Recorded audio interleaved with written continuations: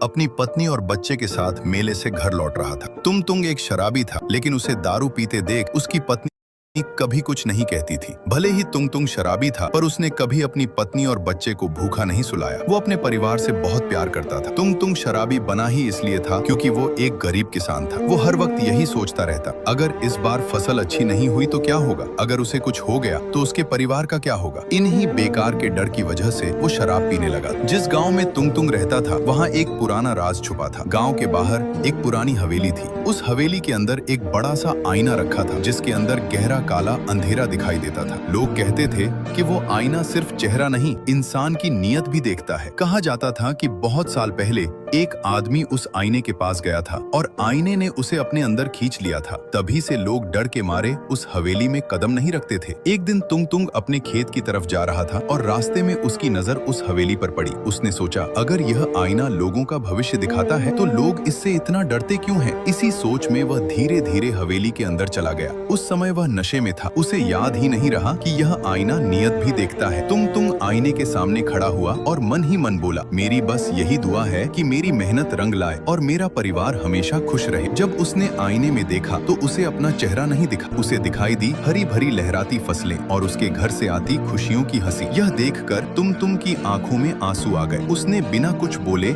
आईने के सामने हाथ जोड़ दिए और वहाँ से चला गया। ये सब गाँव का एक चोर छिपकर देख रहा था। उसने सोचा, गाँव वाले झूठ बोलते हैं, यह आईना तो लोगों का भविष्य उज्जवल करता है। शायद वे सच छुपा रहे हैं ताकि सिर्फ वही इसका फायदा उठा सके। क्यों न मैं भी जाकर एक ही दिन में बड़ा हाथ मार लूं। यह सोचकर वह चोर आईने के सामने जा खड़ा हुआ और बोला, मैं बैंक लूटूंगा, दुनिया का सबसे अमीर आदमी बनूंगा और पूरी जिंदगी ऐश करूंगा। जैसे ही उसने यह कहा, आईने का काला अंधेरा हट गया और उसने खुद को लोहे की सलाखों के पीछे कैद देखा। वह डर से कांपने लगा। गुस्से में उसने एक डंडा उठाया और आईने को तोड़